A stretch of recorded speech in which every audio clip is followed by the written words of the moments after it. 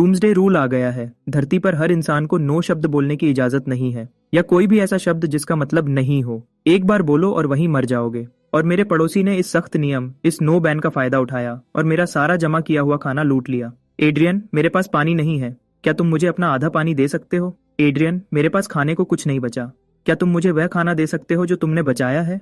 मुझे सब कुछ लूटने के बाद उसने मेरे बाल पकड़ लिए। तुम्हारे घर से वह आखिरी पैकेट क्रैकर्स का बिल्कुल बुरा नहीं था। वह बेफिक्री से हंसता है, जानबूझकर जोर से चबाते हुए। मैं उसे गुस्से से घूरता हूँ, पूरी तरह से बेबस। आखिर में मैं भूख और बेइज्जती से मर जाता हूँ। जब मैं दोबारा आंखें खोलता हूँ तो मैं वापस आ गया हूँ, डूम्सडे रूल शुरू होने से एक दिन पहले। दीवार के उस पार से मुझे नोरा, मार्कस की बीवी, धीरे से हंसते हुए और उससे मीठी बातें करते हुए सुनाई देती है। मेरे प्यारे, क्या तुम हमेशा मेरे साथ अच्छे रहोगे? हमेशा? मैं मुस्कुराता हूँ। इस बार शिकारी और शिकार की जगह बदल रही है। मैं मार्कस से सिर्फ वह सब कुछ वापस नहीं लूंगा जो उसने लिया था, बल्कि दुगना लूंगा। मैं उससे वह सब कुछ दिलवाऊंगा जो उसे सबसे प्यारा है, उसकी बीवी, उसका बच्चा, उसकी हर एक चीज। एक ऐसी दुनिया में जहाँ कोई नो नहीं बोल सकता। हर सवाल एक तलवार की तरह है जो तुमसे सब कुछ छीन सकती है। अपनी पिछली जिंदगी में मैं ये समझने में बहुत धीमा था कि ये नियम कैसे काम करता है। ये पे का नो बैन उनको बेहद ताकत देता है जो सवाल पूछते हैं। लेकिन इसका असली राजा लॉजिक है। सही सवाल बनाओ और तुम अपने दुश्मन को ऐसे जाल में फंसा दोगे जहां से वह निकल नहीं पाएगा। और एक टॉप लॉ स्टूडेंट होने के नाते लॉजिक, ट्रैप्स और भाषा के साथ खेलना ही मेरा सबसे अच्छा काम है। मैं बिस्तर से उठता हूँ और इसकी तस्दीक करता हूँ। आज वह दिन है जब सब कुछ बदलने वाला है। मैं अपना बैंक बैलेंस चेक करता हूँ। 2 लाख, सब वही हैं। ये वह पैसे थे जो मेरे माँ बाप ने मेरी ग्रेजुएट स्कूल के लिए बचाए थे। मेरी पिछली जिंदगी में डूम्सडे रूल आते ही ये बेकार हो गए थे, लेकिन अब ये पहला हथियार है जिसे मैं अपने बदले की शुरुआत करने के लिए इस्तेमाल करूंगा। मैं शहर के सबसे बड़े सुपरमार्केट का ऐप खोलता हूँ और अपनी कार्ट में सामान भरने लगता हूँ, तेजी से और बिना किसी रहम के। हर वह चीज जो मैं सोच सकता हूँ लिस्ट में चली जाती है। 20 मिनट बाद 2 लाख का ऑर्डर तैयार है। नोट्स फील्ड में मैं एक लाइन लिखता हूँ, क्या आप ये ऑर्डर लेने को तैयार हैं? फिर मैं सेंड दबा देता हूँ। कंफर्मेशन स्क्रीन तुरंत आ जाती है। ये काम करता है। मैं बाहर एक ऐसी दुनिया को देखता हूँ जो अभी भी शांत और अनजान है, और मेरे होंठों पर एक ठंडी मुस्कान आ जाती है। मार्कस, खेल शुरू हो गया है, क्या तुम तैयार हो? अगली सुबह ठीक 9 बजे एक ठंडी मशीन जैसी आवाज धरती पर 7 अरब लोगों के दिमाग में एक साथ गूंजती है। नियम की घोषणा अभी से लागू। सभी जीवित प्राणियों को नो शब्द या कोई भी ऐसा शब्द जिसका मतलब नहीं हो इस्तेमाल करने से मना किया जाता है। खेल का आनंद लो। एक पल के लिए दुनिया पूरी तरह से शांत हो जाती है, फिर वह चीखों और अफरा तफरी में फट जाती है, जैसे कोई एवलांच समुद्र में गिर रहा हो। मैंने देखा। मैं खिड़की पर खड़ा हूँ, नीचे सड़क को पूरी शांति से देखता हूँ। पास में एक आदमी दूसरे की तरफ घूमता है और घबराहट में चिल्लाता है, मेरे पास मत आओ। अगली ही सेकंड एक अदृश्य शक्ति उसे मिटा देती है। सिर्फ राख बचती है। डर की चीखें चारों तरफ फट पड़ती हैं। मैं शांति से पर्दे खींच देता हूँ, चीखों को बाहर रोकता हूँ। मेरा फोन बजता है। यह सुपरमार्केट का मैनेजर है। उसकी आवाज आंसुओं से भरी है। वह अपनी बातों में अटक अटक कर पूछता है कि क्या मैंने ऑर्डर दिया था और वह नोट इतना अजीब क्यों है। मैं जवाब देता हूँ, शांत जैसे ठहरा हुआ पानी, क्या आप ऑर्डर में सब कुछ डिलीवर करने को तैयार हैं? दूसरी तरफ खामोशी। 1 घंटे बाद एक बहुत बड़ा ट्रक मेरी बिल्डिंग के नीचे आता है।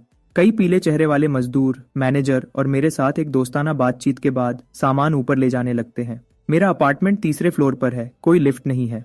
मेरा सामान जल्दी ही पूरे हॉलवे को भर देता है। पड़ोसी अपनी आंखें पीप होल्स पर दबाए हुए हैं, डर और लालच से घूर रहे हैं, लेकिन कोई बाहर निकलने की हिम्मत नहीं करता।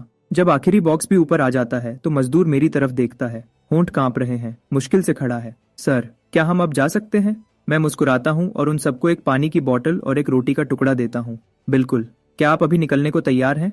जैसे माफी मिले हुए कैदी वह हाथ पैरों के बल भाग जाते हैं। दरवाजा बंद करता हूँ। मैं सामान के पहाड़ के सहारे पीछे झुक जाता हूँ और आखिरकार थकान का बोझ महसूस करता हूँ। यह तो बस शुरुआत है। मैं एक नया टूल बॉक्स खोलता हूँ और अपने शेल्टर को मजबूत करना शुरू करता हूँ। अपनी पिछली जिंदगी में मैंने पड़ोसी की मदद की पुकार पर जवाब देकर यह गलती की थी कि मेरे पास सामान है, और उन पुकारों ने मार्कस, उस भूखे भेड़िए को मेरे दरवाजे तक लाया। इस बार मेरी दुनिया को सिर्फ खामोशी चाहिए। मैं पूरी दोपहर हर दरवाजे और खिड़की की हर दरार को बंद करता हूँ। मैं बेडरूम के दरवाजे पर 3 और ताले लगाता हूँ। जब यह हो जाता है तो मैं काउच पर गिर जाता हूँ। पानी के कुछ डिब्बे अभी भी हॉलवे में हैं।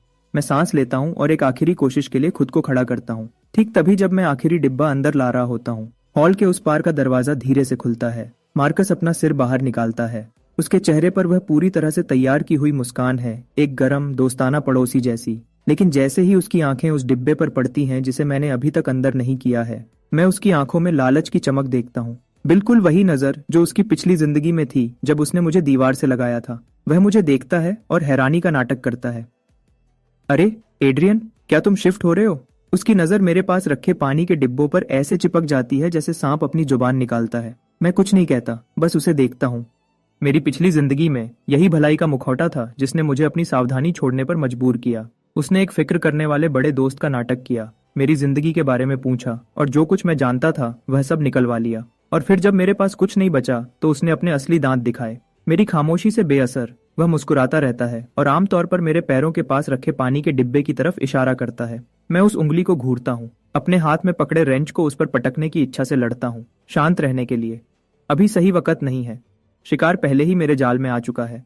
मुझे बस उसे कदम कदम पर अपनी मर्जी से सीधा जाल के बीच तक ले जाना है। वह सोचता है कि वह अभी भी कंट्रोल में है, अभी भी शिकारी है, और मैं अभी भी वही बेबस बेवकूफ शिकार हूँ जिसके साथ वह जो चाहे कर सकता है। वह मुझे सबसे आसान सवालों से परखना चाहता है, यह देखने के लिए कि क्या मैं नियम को समझता हूँ, मेरी हदों को महसूस करने के लिए। वह मेरा दरवाजा खोलना चाहता है और मेरा सामान सबसे कम कीमत पर लेना चाहता है। तो आगे बढ़ो और पूछो।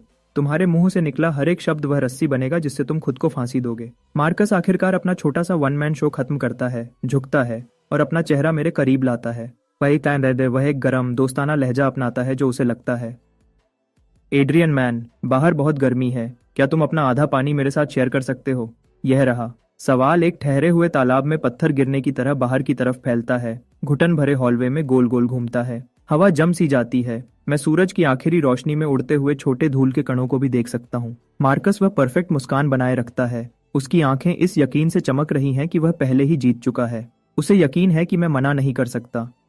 आखिर नियम सब पर बराबर लागू होता है। मेरी पिछली जिंदगी में उसी सवाल का सामना करते हुए मैं घबरा गया था, अपनी बातों में अटक रहा था, समझ नहीं आ रहा था कि क्या कहूँ। आखिर में नियम के अदृश्य बोझ से दबकर मैंने बिना कुछ कहे हार मान ली। पानी का वह डिब्बा मेरे दरवाजे से उसकी पहली कदम था और मेरा पहला कदम गहराई में। लेकिन अब उसके उस नकली चेहरे को घूरते हुए मेरा दिल बर्फ जैसा ठंडा और पूरी तरह से शांत है। वह सोचता है कि उसका सवाल चालाक है।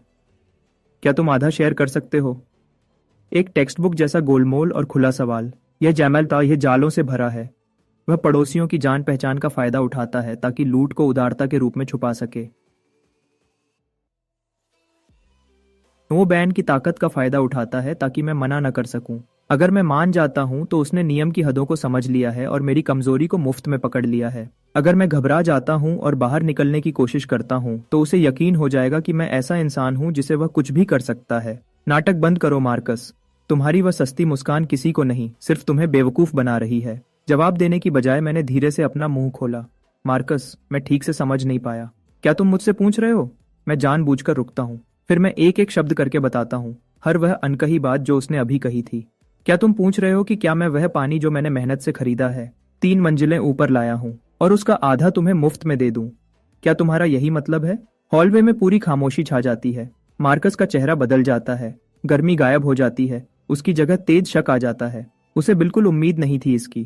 उसकी नजरों में मैं हमेशा शांत किस्म का इंसान था, थोड़ा धीमा सच कहूं तो, और फिर भी मैं यहाँ ऐसा कुछ कर रहा हूँ। मैंने उसके छुपे हुए मतलब को सबके सामने रख दिया है और अब उसके पास जवाब देने का कोई रास्ता नहीं है। जिस पल वह इसे मानेगा उसका पूरा अच्छा आदमी का नाटक यहीं सबके सामने टूट जाएगा। एपोकलिप्स में जो कोई भी खुलेआम कुछ मुफ्त में चाहता है वह तुरंत सबका निशाना बन जाता है, लेकिन वह नो भी नहीं बोल सकता क्योंकि उसका मतलब तुरंत मौत है। हॉलवे में कई दरवाजे थोड़े से खुलते हैं, उनके पीछे से आंखें और कान उन पर दबाए हुए हैं, तनाव से देख रहे हैं जैसे डूम्सडे रूल के तहत पहली असली टक्कर हो रही है। मैं उन सब आंखों को मार्कस और मेरे बीच आगे पीछे होते हुए महसूस कर सकता हूँ। मार्कस के माथे पर पसीने की एक पतली परत बनने लगती है। उसका गला ऊपर नीचे होता है जब वह मुश्किल से निगलता है। उसका वह खुदगर्ज दिमाग तेज काम कर रहा है, बाहर निकलने का रास्ता ढूंढ रहा है, लेकिन मैं उसे कोई रास्ता नहीं दे रहा।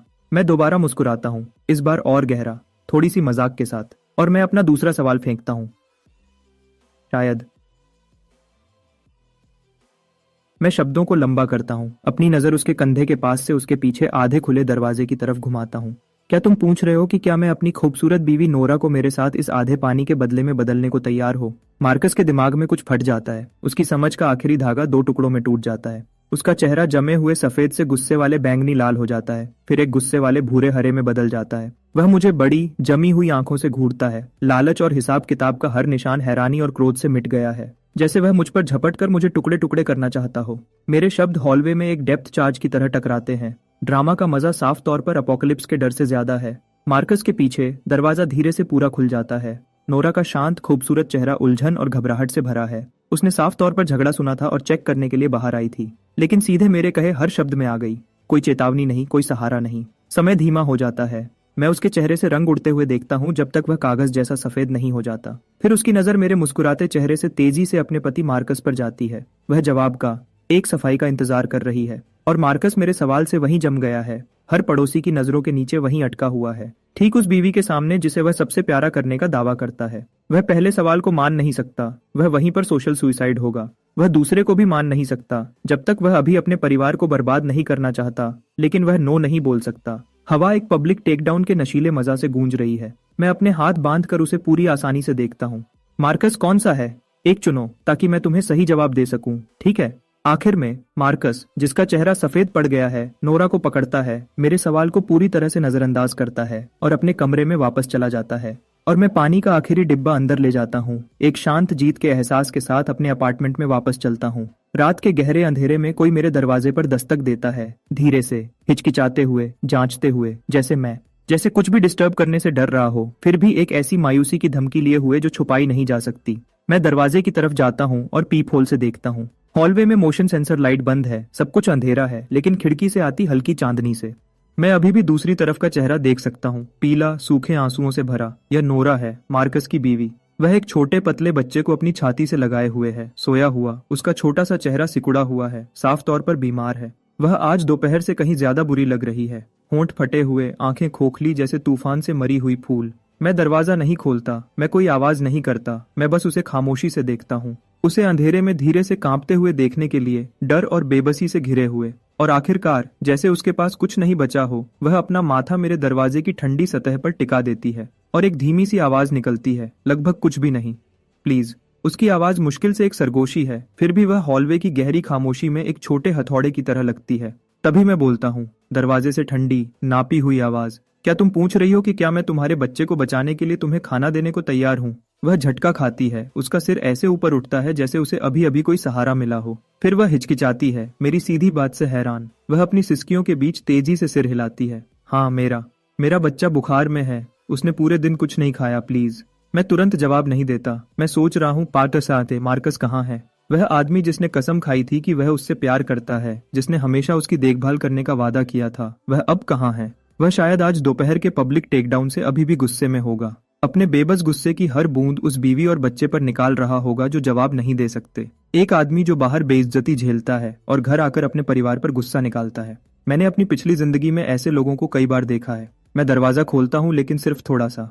चेन अभी भी मजबूती से लगी हुई है। दरार से मैं एक दूध का कार्टन और 2 अलग अलग पैक किए हुए रोल्स देता हूँ। पहले बच्चे को कुछ खिलाओ। नोरा की आंखें तुरंत चमक उठती हैं और वह कांपते हाथों से आगे बढ़ती है। वह कभी अच्छे से रखे हुए हाथ थे, अब तनाव ने उन्हें उंगलियों के जोड़ पर सफेद कर दिया है। जिस पल उसकी उंगलियां कार्टन को छूती हैं, मैं नहीं छोड़ता। इसकी बजाय मैं धीमी और शांत आवाज में बोलता हूँ, एक आदमी जो सिर्फ अपनी इज्जत की फिक्र करता है और अपनी बीवी और बच्चे की नहीं, क्या तुम्हें सच में लगता है कि वह तुम्हें बचा सकता है? उसका पूरा शरीर अकड़ जाता है। कार्टन पकड़ा हुआ हाथ ऐसे पीछे हट जाता है जैसे उसने गर्म आग को छुआ हो।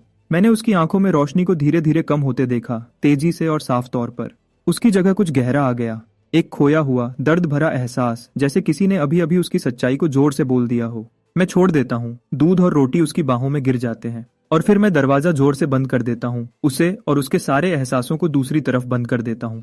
मैं दोबारा नहीं देखता, लेकिन मुझे उसके लड़खड़ाते कदमों की आवाज सुनाई देती है जो हॉल में पीछे हट रहे हैं। फिर मार्कस की आवाज दीवार से फट पड़ती है, तुम उस कचरे के पास खाने के लिए भीख मांगने गई थी?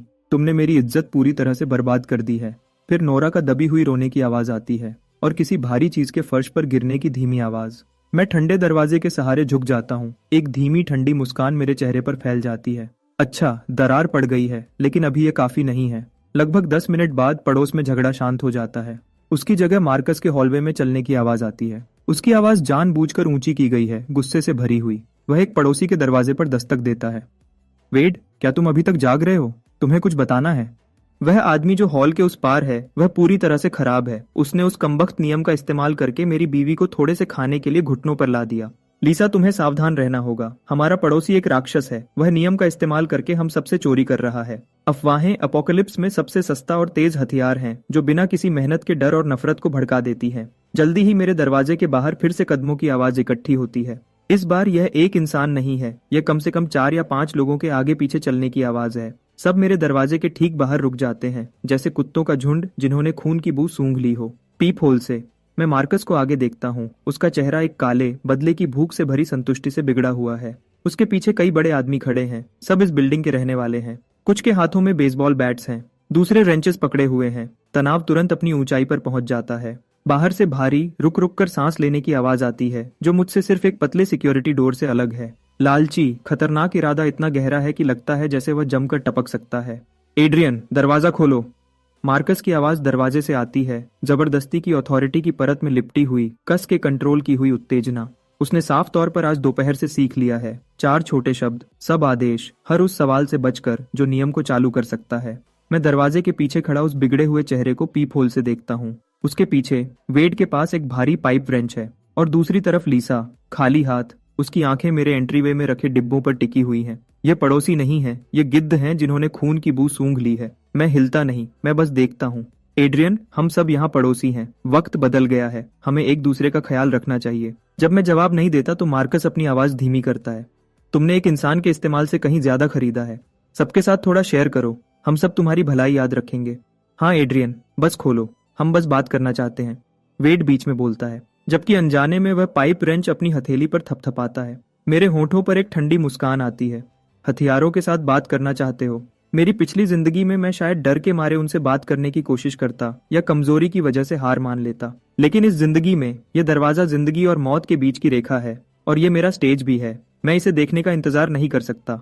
मैं अपना गला साफ करता हूँ। मेरी आवाज दरवाजे से गुजरती है, मजबूत और साफ, बाहर हर कान तक पहुंचती है। मार्कस, क्या तुम सबको यह बताना चाहते हो कि तुमने उन्हें यहाँ अपने ढाल के रूप में आने के लिए धोखा दिया, सिर्फ इसलिए ताकि तुम मेरा सामान खुद के लिए ले सको? वह वाकया बर्फ के पानी की बाल्टी की तरह लगता है। दरवाजे के बाहर की गर्मी तुरंत बुझ जाती है, उसकी जगह गहरी खामोशी छा जाती है। मार्कस का चेहरा साफ तौर पर जम जाता है, उसका मुंह खुलता है, उसका गला तेजी से काम करता है। वह इसे मना करना चाहता है, नो कहना चाहता है, यह सच नहीं है कहना चाहता है, लेकिन नियम के तहत वह शब्द मौत की तलवार है। यह नहीं है कहो और वहीं मर जाओगे। मैं तुरंत राख नहीं बना। वह सब कुछ गले में दबोच लेता है। उसका चेहरा गहरे बदसूरत लाल रंग का हो जाता है। उसकी कनपटी पर नसें साफ तौर पर फड़क रही हैं और उसके पीछे पड़ोसी, उनके चेहरे तुरंत बदल जाते हैं। एक बार शक का बीज बो दिया जाता है, अपोकलिप्टिक घबराहट से सींचा जाता है, तो वह एक बहुत बड़ी और न रुकने वाली चीज बन जाता है। वेड का रेंच हवा में जम जाता है। उसकी आंखें मार्कस और मेरे बीच अनिश्चित रूप से चमक रही हैं।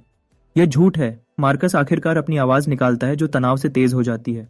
वह हमें एक दूसरे के खिलाफ करने की कोशिश कर रहा है। एक बार हम अंदर आ गए तो सब कुछ बराबर बांट जाएगा।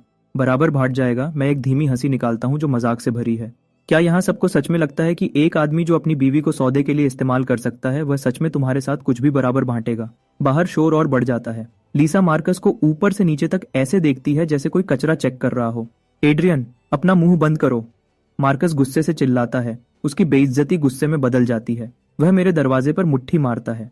सब अंदर घुसो, इसे तोड़ दो। जो भी होगा उसकी जिम्मेदारी मैं लूंगा। मैं जिम्मेदारी लूंगा? गुरे, कितनी हिम्मत! मैं दरवाजे का लॉक खोलता हूँ। एक तेज क्लिक की आवाज जो गहरी शांत हॉलवे में बिजली की तरह गूंजती है। बाहर के लोगों को साफ तौर पर उम्मीद नहीं थी कि मैं खुद दरवाजा खोलूंगा। उन्होंने सहज रूप से आधा कदम पीछे ले लिया। दरवाजा खुला है, लेकिन सिर्फ एक दरार। मजबूत चेन अभी भी कस के बंद है। उनकी दुनिया और मेरी दुनिया को पूरी तरह से अलग रखती है। मैं दरार के पीछे खड़ा हूँ। एक आंख दिखाई दे रही है। इस भीड़ को ठंडी नजरों से घूरता हूँ।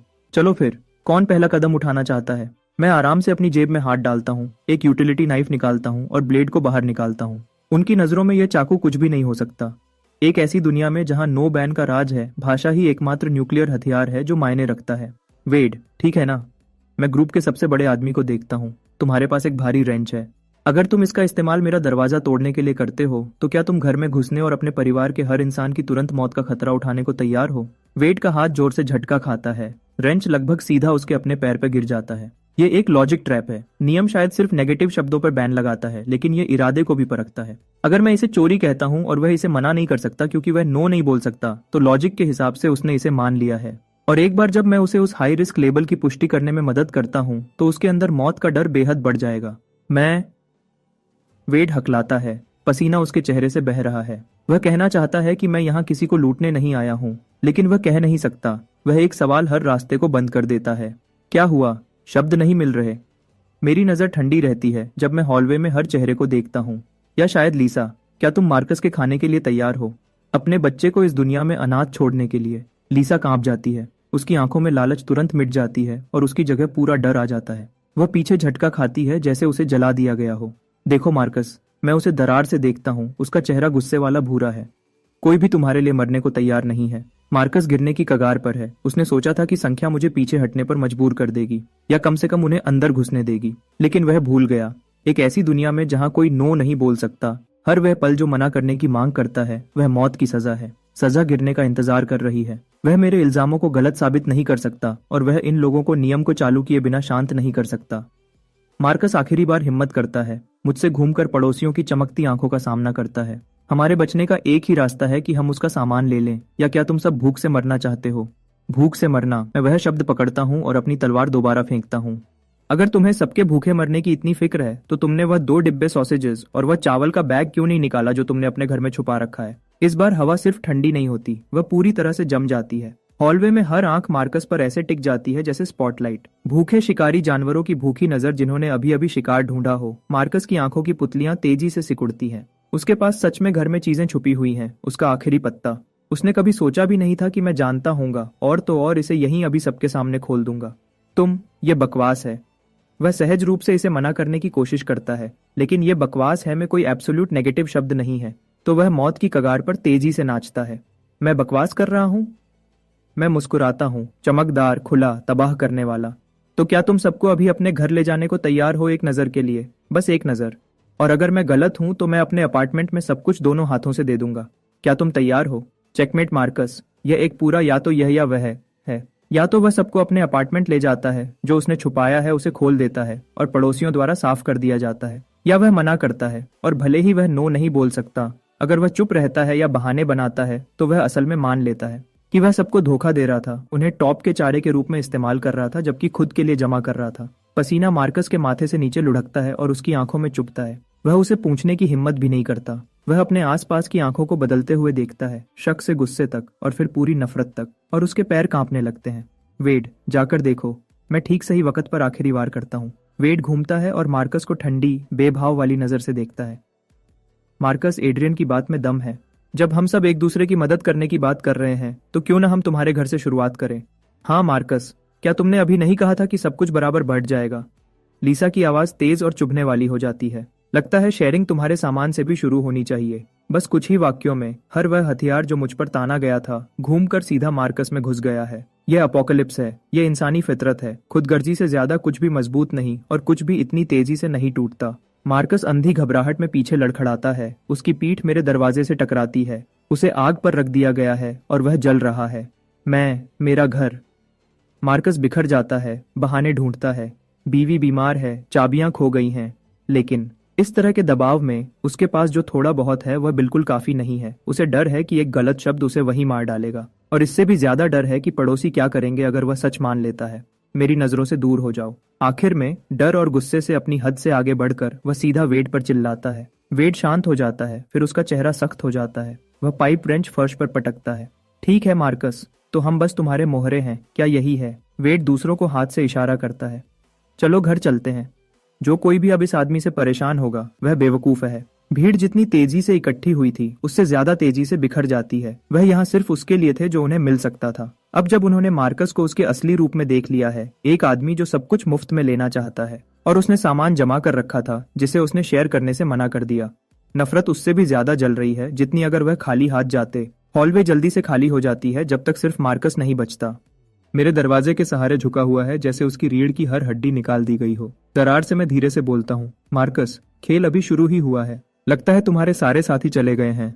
मार्कस घूमता है और मेरे दरवाजे की दरार पर नजर जमा लेता है। उसकी आंखों में लाल नसें फटने को तैयार लग रही हैं। अभी वह बिल्कुल एक पागल कुत्ते जैसा लग रहा है, काटने को बेचैन, लेकिन हर दांत टूटा हुआ है। क्या तुम अब घर जाने को तैयार हो? मैं दोबारा पूछता हूँ। मेरी आवाज एक पुराने दोस्त की तरह गर्म और नर्म है। या तुम यहीं रुककर मेरे अगले सवाल का इंतजार करोगे, जैसे तुम्हारी उस खूबसूरत बीवी के बारे में और जानकारी? वाइफ शब्द मार्कस को ऐसे लगता है जैसे किसी ने बिल्ली की दुम पर पैर रख दिया हो। आज दोपहर की बेइज्जती और आज रात की हार मिलकर उसकी समझ का आखिरी हिस्सा छीन लेती है, लेकिन वह मुझे छूने की हिम्मत नहीं करता। वह सारा गुस्सा निगल लेता है और उसे मेरे दरवाजे पर एक गुस्से वाले लात में बदल देता है। बेबस गुस्से की एक दहाड़ निकालता है, फिर घूमकर अपने दरवाजे की तरफ भागता है। दरवाजा इतनी जोर से बंद होता है कि पूरी बिल्डिंग कांप उठती है। मैं अपना दरवाजा आराम से बंद करता हूँ। दुनिया शांत हो जाती है, लेकिन मैं जानता हूँ यह तूफान से पहले की शांति है। मार्कस जैसा आदमी जो खुदगर्जी से भरा है और अपनी इमेज के पीछे पागल है, अभी अभी सबके सामने टूट गया है। उसकी हर चाल बिखर गई है और उसने अभी अभी पूरी बिल्डिंग के सामने सोशल सुसाइड किया है। उसका वह जहरीला गुस्सा कहीं नहीं जा सकता, न मेरी तरफ न पड़ोसियों की तरफ। उस बंद अपार्टमेंट की हदों में इसे झेलने के लिए सिर्फ वह इंसान बचा है जिसे वह अपनी निजी संपत्ति समझता है। नोरा। मैं दीवार की तरफ जाता हूँ और सुनता हूँ। ज्यादा देर नहीं लगती। दूसरी तरफ कुछ टूटता है। एक आदमी की पागलपन भरी गालियां और एक औरत का टूटा हुआ बेचैन रोना। तुम बेकार गद्दार। मार्कस की आवाज 2 दीवारों को चीर कर निकलती है बिना एक भी तेजी खोए। क्या तुमने उसे बताया कि हमारे पास खाना था? क्या यह तुम थी?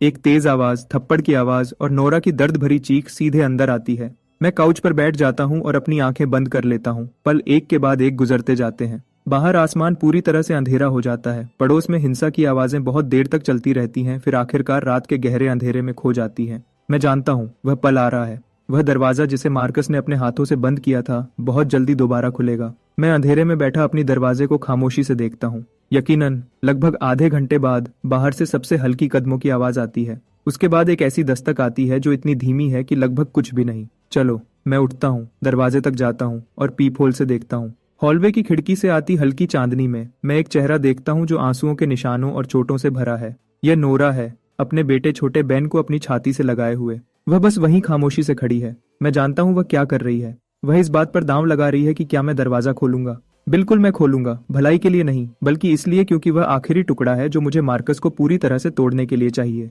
नोरा को अंदर लेना उसे किसी भी और चीज से कहीं ज्यादा गहरा जख्म देगा। मैं तुरंत हैंडल नहीं घुमाता। इसकी बजाय मैं दरवाजे की ठंडी सतह के करीब झुकता हूँ और इतनी धीमी आवाज में बोलता हूँ कि सिर्फ हम दोनों सुन सकें। नोरा, मेरे दरवाजे पर ऐसे खड़ी हो, क्या तुम मुझसे कुछ पूछना चाहती हो? बाहर की परछाई तेज झटका खाती है। उसकी कांपती आवाज अंधेरे से आती है, बस एक शब्द उसके सिसकियों में टूटने से पहले। मैं सब्र से इंतजार करता हूँ, एक शिकारी जो अपने शिकार को नर्म हाथ से आगे बढ़ा रहा है। क्या तुम पूछ रही हो कि क्या मैं तुम्हें और तुम्हारे बच्चे को कुछ खाना देने को तैयार हूँ? मैं उसके लिए कहता हूँ। वह एक पल के लिए शांत रहती है, फिर एक हल्का लेकिन साफ शब्द आता है, हाँ। मैं बदलता हूँ। एक ठंडी जांच की आवाज मेरी आवाज में आती है। क्या तुम पूछ रही हो कि क्या मैं तुम्हें और तुम्हारे बच्चे को अंदर लेने और तुम्हें रहने के लिए एक सुरक्षित जगह देने को तैयार हूँ? यह सवाल पिछले वाले से कहीं ज्यादा भारी है। खाना लेना सिर्फ एक लेन देन है, लेकिन सहारा लेना पूरी तरह से धोखा और हार मान लेना है। बाहर की खामोशी पूरे आधे मिनट तक खिंचती है। मैं उसके अंदर चल रही जंग की तस्वीर बना सकता हूँ। आखिरकार, जैसे उसके पास बची हर आखिरी ताकत को इस्तेमाल करते हुए उसकी आवाज वापस आती है, भारी लेकिन मजबूत। हाँ। अच्छा। मैं धीरे से अपना हाथ लॉक पर रखता हूँ और दरवाजे को थोड़ा सा खोलता हूँ। नोरा का रूप दिल तोड़ने वाला है। उसके बाल उलझे हुए चेहरे पर चिपके हुए हैं। उसकी मुंह का कोना फटा हुआ और रिस रहा है। उसके बाएं गाल पर एक गहरा 5 उंगलियों का निशान ऊंचा उठ रहा है, जो पहले ही बैंगनी हो रहा है। नोरा, तो तुम सच में यह पूछ रही हो, क्या तुम मेरी हिफाजत कबूल करने और घर के रोज के काम संभालने को तैयार हो? तुम्हारे और तुम्हारे बच्चे के लिए खाने और पूरी सुरक्षा के बदले में, क्या यही ठीक है?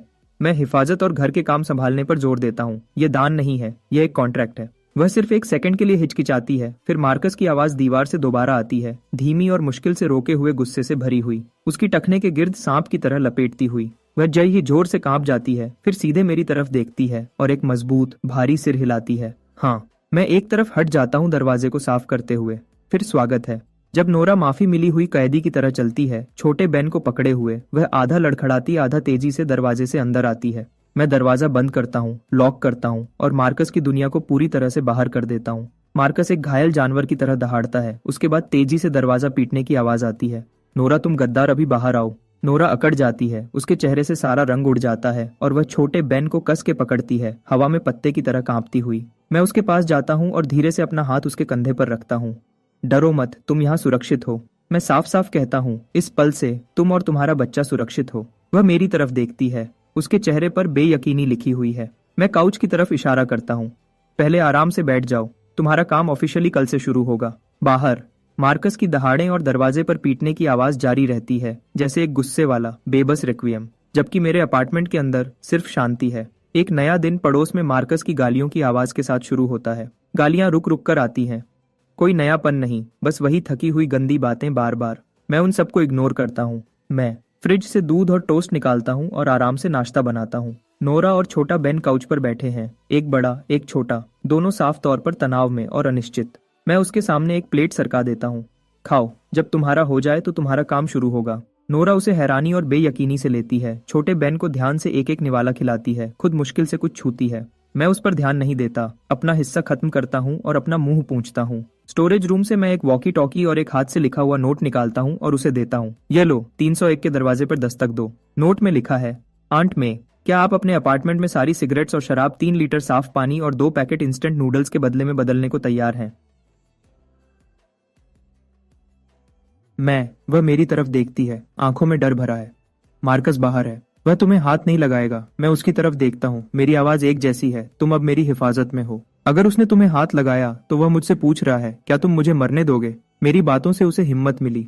उसने धीरे से सांस ली, जैसे कोई फैसला कर रही हो। फिर वह छोटे बेन को उठाती है, वॉकी टॉकी और नोट लेती है और दरवाजे की तरफ चलती है। एंट्रेंस पर लगे कैमरा से मुझे हॉलवे में सब कुछ साफ दिख रहा है। नोरा 301 के दरवाजे पर दस्तक देती है। लगभग उसी वक्त मार्कस अपने अपार्टमेंट से बाहर निकलता है। उसने कई दिनों से शेव नहीं की थी, आंखें अंदर धंसी हुई थी, उससे पुरानी और खट्टी सी बदबू आ रही थी।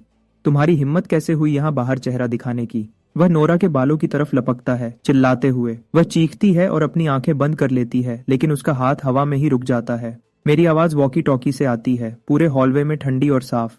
मार्कस, क्या तुम पक्का हो कि उसे हाथ लगाना चाहते हो? मार्कस पूरा शांत हो जाता है। वह धीरे से अपना सर घुमाता है और मेरी दरवाजे पर लगे कैमरा पर अपनी नजर गड़ा देता है। उसकी आंखें ऐसे जल रही थी जैसे वह मुझे जिंदा खा जाना चाहता हो, लेकिन वह कुछ भी नहीं कर रहा था। 301 का दरवाजा खुलता है और आंट में बाहर झांकती है। नोरा अब भी कांपते हुए नोट आगे बढ़ाती है। आंट में उसे पढ़ती है, बिना किसी झिझक के। फिर वह अंदर जाती है और एक बाहों में सिगरेट और बॉटलिन भरकर वापस आती है। सौदा हो गया। नोरा सामान पकड़ती है, सर नीचे किए, और मार्कस की तरफ बिना देखे जल्दी से मेरे अपार्टमेंट की तरफ वापस चलती है। RIP Marcus. मार्कस के बिल्कुल सामने मैं नोरा से वह सब कुछ गिनवाता हूँ जो हमने अभी हासिल किया था। फिर छोटे बेन को इनाम के तौर पर एक सॉसेज देता हूँ। यह नजारा आखिरी हद थी। मार्कस एक तेज दर्दनाक चीख मारता है। वह पूरा पागल हो चुका है, मेरे दरवाजे की तरफ एक पागल सांड की तरह दौड़ता है। मैं उसे जोर से बंद कर देता हूँ। एक जोर की टक्कर और वह स्टील कोर सिक्योरिटी डोर जिसे मैंने बड़े खर्चे पर मजबूत किया था, उस पर भी हल्का सा निशान पड़ गया। नोरा और छोटा बेन कोने में सिमट जाते हैं, दोनों का चेहरा सफेद पड़ गया है। मैं मुस्कुराता हूँ। तो बात यहाँ तक आ गई, सबसे पुराना तरीका और सबसे बेवकूफाना। मैं दरवाजे की तरफ चलता हूँ, पीपहोल से देखने के लिए नहीं, बल्कि उसके बगल में एक छोटा सा स्विच दबाने के लिए। बाहर मार्कस अपनी मुट्ठी उठाता है मारने के लिए और अचानक रुक जाता है। कोई अदृश्य चीज उसे जबरदस्त ताकत से टकराती है। उसका शरीर पीछे की तरफ झुक जाता है, हर मसल जोर से हिलने लगता है, हर बाल खड़ा हो गया। उसके मुंह से एक टूटी हुई सिसकारी की आवाज निकलती है। वह हाई वोल्टेज ट्रैप ग्रिड जो मैंने दरवाजे के पैनल के अंदर लगाया था। कुछ सेकंड्स बाद मैं उसे बंद कर देता हूँ। मार्कस दरवाजे से नीचे फिसल जाता है जैसे मिट्टी का ढेर हो और फर्श पर गिर जाता है। उससे जले हुए गोश्त की तेज बदबू आ रही थी। दरवाजे को धीरे से खोलता हूँ, बस थोड़ा सा, इतना कि उसे देख सकूं, इतना कि वह मुझे देख सके। वह वहां पड़ा है जैसे किनारे पर आई हुई मरी हुई मछली, भारी, रुक रुक कर सांस ले रहा है। उसकी आंखों में खोखली मायूसी के सिवा कुछ नहीं। नोरा मेरे पीछे खड़ी है, उस आदमी को देख रही है जो कभी उसका पति था। उसके होंठ कांप रहे हैं, उसका चेहरा पढ़ना मुश्किल है। यह सही वक्त है। मैं फर्श पर पड़े मार्कस को देखता हूँ और बोलता हूँ, ठंडी और सोच समझकर, मार्कस, क्या तुम ये मानने को तैयार नहीं हो कि अगर मैंने ये दरवाजा पहले से मजबूत न किया होता, अगर मैंने वह ग्रिड न लगाया होता, तो तुम्हें यह सब नहीं करना पड़ता, है ना? तुम अभी अंदर घुस जाते। वह कांपता है, उसके अंदर अब कोई इनकार नहीं बचा। मुझे यकीन नहीं हो रहा। मैं दबाव बनाता रहता हूँ, आवाज धीमी, हर लफ्ज उसे अंदर तक काट रहा है। क्या तुम यह मानने को तैयार नहीं हो कि एक बार अंदर घुसने के बाद तुम मेरा हर सामान ले लेते, नोरा और मुझ पर अपना सारा गुस्सा निकालते, ऐसा नुकसान करते जिसे कभी ठीक नहीं किया जा सकता? मार्कस के गले से एक फंसे हुए जानवर की सी सिसकी निकलती है। वह मेरे पीछे नोरा को देखता है और पहली बार उसकी आंखों में मिन्नत जैसा कुछ दिखता है। नोरा खुद ब खुद एक कदम पीछे हट जाती है, उसकी नजर से मुंह मोड़ लेती है। वह एक कदम उसे पूरी तरह तोड़ देता है। मैं उसकी आंखों में आखिरी रोशनी को बुझते देखता हूँ और आखिरी फैसला सुनाता हूँ, और अपने तरीके से सबसे रहमदिल फैसला। मार्कस, क्या तुम अपने अपार्टमेंट में बचा हुआ हर सामान मुझे देने को तैयार हो, इसके बदले में कि तुम अपने बेटे को दिन में एक बार देख सको? मार्कस की आंखों की पुतलियां पूरी तरह बेजान हो जाती हैं, जैसे कोई ऐसा जानवर जिसके शरीर से हर हड्डी निकाल दी गई हो। कुछ सेकंड्स की गहरी खामोशी के बाद वह अपने गले से एक टूटा हुआ लफ्ज निकालता है, जैसे जंग लगा लोहा आपस में रगड़ रहा हो। हाँ। एक लफ्ज, उसने उसकी हर इज्जत और ताकत को निचोड़ लिया। मेरे पीछे नोरा हल्की सी लड़खड़ाती है और खुद को दीवार से सहारा देने के लिए हाथ बढ़ाती है। मैं अपनी मुट्ठी भींचता हूँ और ट्रिगर दबाता हूँ। बिना किसी भाव के दरवाजा बंद करता हूँ, दूसरी तरफ की तबाही को बाहर छोड़ते हुए। नोरा, क्या तुम मेरे साथ सामान की गिनती करने में मदद करने को तैयार हो? मैं मुड़कर उससे पूछता हूँ, हमेशा की तरह शांत। वह चौंक कर अपनी आंखें खोलती है, उनमें डर और उलझन घूम रही है, लेकिन आखिर में सब कुछ एक बेजान मजबूर कबूलियत में बदल जाता है। वह सर हिलाती है। मैं दरवाजा खोलता हूँ। मार्कस अब भी वही पड़ा है जहां वह गिरा था, एक मरे हुए कुत्ते की तरह। मैं उसकी तरफ दूसरी नजर भी नहीं डालता। मैं सीधा हॉल के पार चलता हूँ। मैं उस चाबी का इस्तेमाल करता हूँ जो उसने अभी दी थी, उसका दरवाजा खोलने के लिए, और एक पुरानी खट्टी पसीने से भरी हवा का तेज झोंका बाहर निकलकर मुझसे मिलता है। लिविंग रूम तबाह है। खाली इंस्टेंट नूडल के कप और फटे हुए स्नैक के रैपर हर जगह बिखरे पड़े हैं। काउच दीवार के खिलाफ टेढ़ा पड़ा है, ऐसी चीजों से दागदार है जिनका नाम न लेना ही बेहतर है। यह अब वह गर्म साफ सुथरा घर नहीं है जो मुझे याद है, वह जहाँ कभी हंसी गूंजती थी। नोरा मेरे पीछे अंदर आती है। वह तबाही को एक नजर देखती है और उसकी आंखों के किनारे लाल हो जाते हैं। वह क्या याद कर रही है, लेकिन मुझे तसल्ली देने में कोई दिलचस्पी नहीं है। नाटक बंद करो, तुम्हारे यह सस्ते आंसू किसी को नहीं पिघलाएंगे, कचरे के डिब्बे को भी नहीं। नोरा रुक जाती है, अपने हर आखिरी आंसू को वापस अंदर धकेल देती है। नोरा और मैं खामोशी से सामान उठाना शुरू करते हैं। मार्कस के पास मेरी उम्मीद से ज्यादा सामान था। जो मैंने नोरा को पहले ही दिया था उसके अलावा कई डिब्बे क्रैकर्स के हैं, ढेर सारे कैंड गुड्स और बिखरे हुए स्नैक्स। असली इनाम 2 बड़े ड्रम साफ पानी के। जैसे ही मैं इमरजेंसी रेशंस का आखिरी डिब्बा उठाता हूँ, एक काली हार्ड कवर नोटबुक डिब्बे और दीवार के बीच की जगह से फिसलकर फर्श पर एक तेज आवाज के साथ गिरती है। मैं रुक जाता हूँ। नोरा भी उसे देखती है। वह खुद ब खुद उसकी तरफ हाथ बढ़ाती है। उसे मत छूना। मेरी आवाज एक हुक्म की तरह निकलती है। मेरे दिमाग में हर अलार्म बजने लगता है। मार्कस डायरी रख रहा है, उस जैसा आदमी। अंदर क्या हो सकता है? मैं नीचे झुकता हूं, लेकिन अभी तक उसे पकड़ता नहीं हूं। मेरी आंखें उसके हर इंच पर घूमती हैं जैसे सर्च लाइट हो। सादा काला कवर, कोई निशान नहीं, कोई सजावट नहीं। ये पर्सनल डायरी जैसा नहीं लगता, ज्यादा लॉगबुक जैसा है। मैं हाथ बढ़ाता हूँ, मेरी उंगलियां ठंडे चिकने कवर को छूती हैं। धीरे से मैं पहले पेज पर पलटता हूँ। एक पागल बेकाबू लिखावट मेरी आंखों में चुभती है।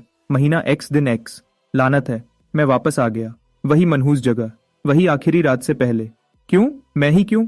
मेरा दिल थम जाता है, जैसे किसी अदृश्य मुट्ठी ने उसे जोर से पकड़ लिया हो। ठंडे पसीने की एक लहर मेरी रीढ़ की हड्डी से नीचे उतरती है।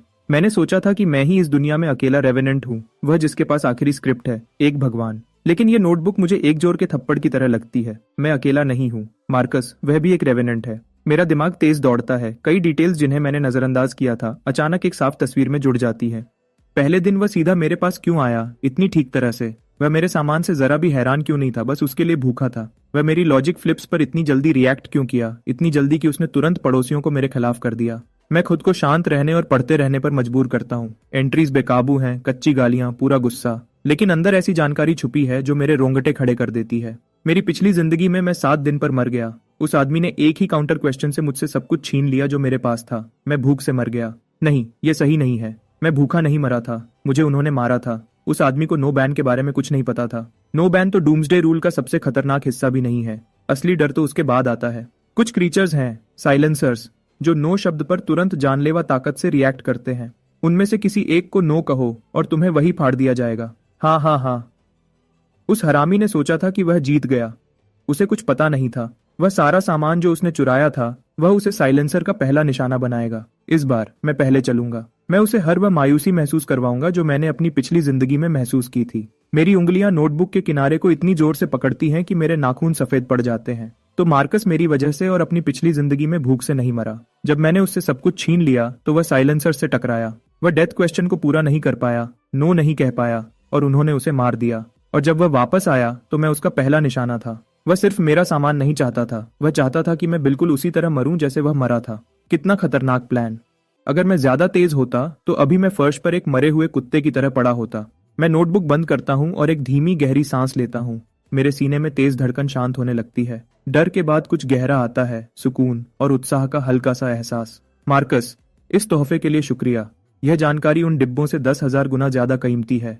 गेम में एक और रेवेनेंट, एक और तरह का मॉन्स्टर सामने है। तो क्या ये पूरा दुनिया खत्म होने का गेम अब और ज्यादा दिलचस्प हो गया है? फिर कहीं बाहर से एक चीख रात को चीर देती है। इंसानी नहीं, हर तरह से गलत। नोरा और छोटा पीट चीखते हैं और एक दूसरे से चिपक जाते हैं। मैं खिड़की की तरफ जाता हूँ और पर्दे का किनारा उठाता हूँ। असली अपोकलिप्स अब शुरू होता है। वह चीख ऐसी है जैसे जंग लगा आरा शांत रात में आगे पीछे घसीट रहा हो। मोटी दीवारों के पार भी वह तुम्हारे शरीर के हर बाल को खड़ा कर देती है। नोरा और छोटा पीठ पूरे सफेद पड़ गए हैं। वह सोफा के कोने में एक दूसरे से चिपके हुए हैं, जम गए हैं। मैं पर्दे को धीरे से हटाता हूँ। नीचे की स्ट्रीट लाइट्स कब बुझ गईं मुझे नहीं पता। अंधेरे में एक टेढ़ा मेढ़ा आकार हमारी बिल्डिंग की तरफ धीरे से बहुत गलत तरीके से बढ़ रहा है। वह इंसान जैसा दिखता है, 4 अंग, सीधा खड़ा, लेकिन उसके जोड़ पीछे की तरफ मुड़ते हैं। हर कदम के साथ एक अजीब पूरे शरीर का झटका आता है और हड्डियों के अपनी जगह से रगड़ने की एक सूखी कर्कश आवाज। ये वही है जो मार्कस ने अपनी डायरी में बताया था, द साइलेंसर। वह तहता वह अपना सर ऊपर उठाता है। जहां चेहरा होना चाहिए वहां सिर्फ एक काला घूमता हुआ खाली जगह है जो धीरे से घूम रही है। मैं अपने दोनों हाथों से अपना मुंह बंद कर लेता हूँ, एक आवाज भी नहीं। फिर वह रुक जाता है। वह खाली जगह सीधा उस तरफ घूमती है जहां मैं खड़ा हूँ। एक ठंडी, पूरी तरह भावहीन मेंटल ब्रॉडकास्ट सीधा मेरे दिमाग में आती है। क्या तुम अपनी गर्मी मेरे साथ बांटोगे?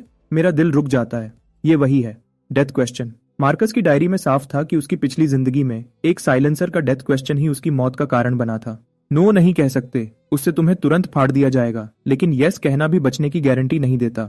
यह सवाल जालों से भरा है। गर्मी का मतलब क्या है? मेरे शरीर की गर्मी, मेरे कमरे का तापमान। अगर मैं यस कहता हूं तो क्या वह सीधा दीवार के पार आकर मेरी जिंदगी निचोड़ लेगा?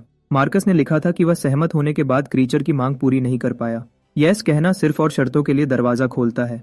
यह हर हाल में एक मौत का जाल है। मेरा दिमाग तेज दौड़ रहा है। शांत रहो, नियम सख्त हैं लेकिन लोग नहीं। हर सवाल में एक लूप होल होता है। मैं इनकार नहीं कर सकता, लेकिन मैं सवाल को नए तरीके से पेश कर सकता हूँ, उसे एक पूरा नया रूप दे सकता हूँ। मैं नीचे उस डरावनी चीज पर अपनी नजर गड़ा देता हूँ और एक ही सोच वापस उसकी तरफ भेजता हूँ।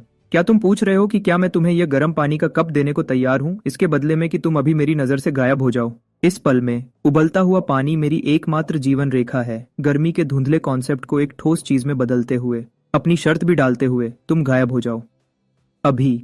साइलेंसर रुक जाता है। उसके चेहरे पर वह खाली जगह घूमना बंद कर देती है। लगता है वह एक ऐसे लॉजिक लूप को प्रोसेस कर रहा है जिससे वह पहले कभी नहीं मिला। हर सेकंड सदियों जैसा लगता है। मेरी पीठ ठंडे पसीने से भीग चुकी है। फिर आखिर में वह भावहीन आवाज मेरे दिमाग में फिर से आती है। हाँ, जैसे ही यह आवाज आती है, साइलेंसर का शरीर झिलमिलाने लगता है और कुछ ही सेकंड्स में वह गायब हो जाता है। मैं शर्त जीत गया। मेरा पूरा शरीर थक जाता है। मैं ठंडी दीवार से लगकर हाँफता हूँ, लेकिन इससे पहले कि मैं सुकून महसूस करूं, एक जोर की टक्कर से फर्श हिल जाता है। मार्कस का दरवाजा जोर से खुल गया है। मार्कस गुस्से में बाहर निकलता है, बाल बिखरे हुए, आंखें लाल, एक पागल जैसी मुस्कुराहट उसके चेहरे पर है। वह मुझे देखता है, जिंदा और खड़ा। वह नोरा और बच्चे को मेरे पीछे देखता है। उसका चेहरा और ज्यादा बिगड़ जाता है। क्यों? तुम अभी तक जिंदा क्यों हो? वह एक फंसे हुए जानवर की तरह चिल्लाता है। बिल्कुल उसी पल वह साइलेंसर जो अभी गायब हुआ था, बिना किसी चेतावनी के हॉलवे में फिर से दिखता है, सीधा मार्कस के रास्ते में। वह खाली जगह मार्कस की तरफ घूमती है। वह ठंडी मेंटल ब्रॉडकास्ट एक बार फिर आती है। क्या तुम अपनी मायूसी मेरे साथ बांटोगे? सब लोग शांत हो जाते हैं। मार्कस शांत हो जाता है और फिर वह ऐसी हंसी में फूट पड़ता है जो पूरे हॉलवे को हिला देती है। हाँ, मायूसी? लानत है, मायूसी ही तो मेरे पास बची है। तुम्हें चाहिए, हर आखिरी हिस्सा ले लो। हंसते हुए वह अपनी बाहें खोलता है और सीधा साइलेंसर की तरफ चलता है। कोई काउंटर क्वेश्चन नहीं, कोई विरोध नहीं, एक पल की भी झिझक नहीं। उसने अपना परिवार खो दिया था, अपना सारा सामान खो दिया था, अपना बदला लेने में नाकाम रहा और उस बुरे सपने ने उसका पीछा किया जिससे उसने सोचा था कि वह बच गया है। उसका दिमाग पहले ही जा चुका था। मार्कस के लिए मौत ही एकमात्र रास्ता हो सकती है। साइलेंसर उसके जवाब से बहुत संतुष्ट लगता है। अगली ही पल वह इतनी तेज चलता है कि मेरी आंखें उसका पीछा नहीं कर पाती। मैं सिर्फ एक काली आकृति को ऊपर की तरफ लपकते हुए देखता हूँ। हवा की एक तेज सीटी और फिर उसके अंदर से काले टेंड्रिल्स का एक झोंका फूट पड़ता है। मार्कस को तलवारों की तरह काटते हुए मार्कस जमीन पर गिर जाता है। नोरा चीखती है और वही गिर जाती है। मैं छोटे पीठ की आंखों पर अपने हाथ जोर से दबाता हूँ। साइलेंसर मार्कस के शरीर को अपने साथ ले जाता है जब वह गायब होता है।